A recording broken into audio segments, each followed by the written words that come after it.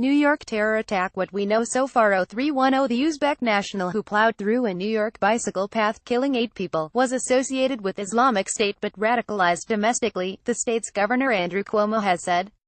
The suspect, 29-year-old Sayfullo Saipov, was shot by police at the end of the rampage in Lower Manhattan Tuesday but was expected to recover from his wounds. "He's a depraved coward is what he is, and he was associated with ISIS, and he was radicalized domestically, and he's a depraved coward," Gov. Cuomo said. The attacker struck just a few blocks from the site of the World Trade Center Memorial, running over afternoon riders on the path before reaching a road and plowing into a school bus. He then jumped out of the truck wielding what turned out to be a pellet gun, and a paintball gun. He was chased and shot in the stomach by a police officer but survived and was arrested. The suspect has been identified as Mr. Saipov, 29, an immigrant from Uzbekistan, who arrived in the U.S. in 2010. He has a Florida driver's license but was reportedly living in Paterson, New Jersey, with family, sources told local media. Sayfullo Saipov credited Nyscanner Twitter U.S. media, citing police sources, said that Saipov left a note in the truck claiming he committed the attack on behalf of the Islamic State of Iraq and the Levant. It translated as ISIS lives forever. A group of 5 friends from Argentina were among those killed, the country's foreign ministry has said. The compatriots were celebrating the 30th anniversary of their graduation from Polytechnic College in the city of Rosario in central Argentina.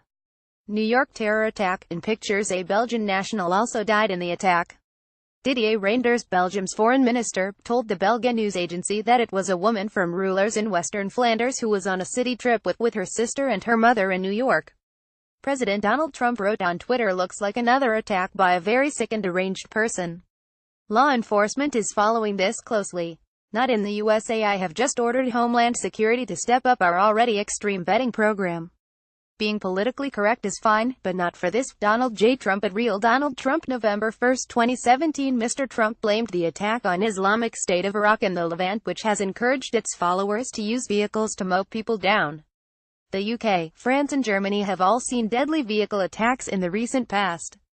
The U.S. president added, "We must not allow ISIS to return, or enter, our country after defeating them in the Middle East and elsewhere."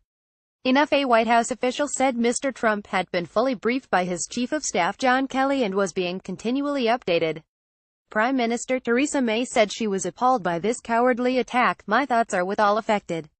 Together we will defeat the evil of terrorism." The president of Uzbekistan on Wednesday offered to help U.S. authorities in their investigations. Uzbekistan is ready to use all forces and resources to help in the investigation of this act of terror, President Shavkat Mirziyoyev said, offering condolences to Mr. Trump in a statement on the Foreign Ministry's website.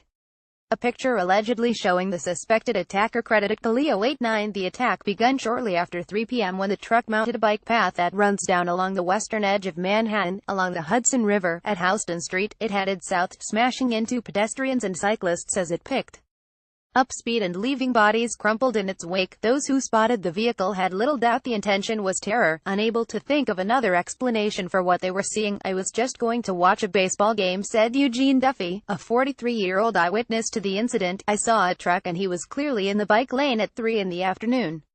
Then I saw 2 gentlemen lying on the path with tire marks on their bodies. They were not moving. He was going really fast and they didn't know what hit them." A woman is aided by first responders after sustaining injury on a bike path in Lower Manhattan in New York. Credit Reuters. Brendan McDermott. Jamal Lewis, a 17-year-old student who witnessed the attack, told the Daily Telegraph, "I was walking down West Street and heard a loud noise behind me. I saw the white pickup truck run over 2 cyclists and carried on. People were around their bodies, but they were dead. There was no screaming. People were in shock." The attacker continued all the way until Chambers Street, a distance of around 20 blocks before heading back to the road. The truck smashed into a yellow school bus, injuring children and adults and leaving sizable dents in both vehicles. The crash happened just a few blocks from World Trade Center Memorial. How the Manhattan attack unfolded. The attacker was left injured but not incapacitated. Stumbling from the car, he pulled out what appeared to be 2 guns but were later confirmed to be a paintball and pellet gun. "Allahu Akbar." He began to shout "God is great" in Arabic as passers-by screamed and ran in all directions. James O'Neill, the city's police chief, confirmed that the suspect made a statement that suggested terrorism as a motive when he exited the vehicle.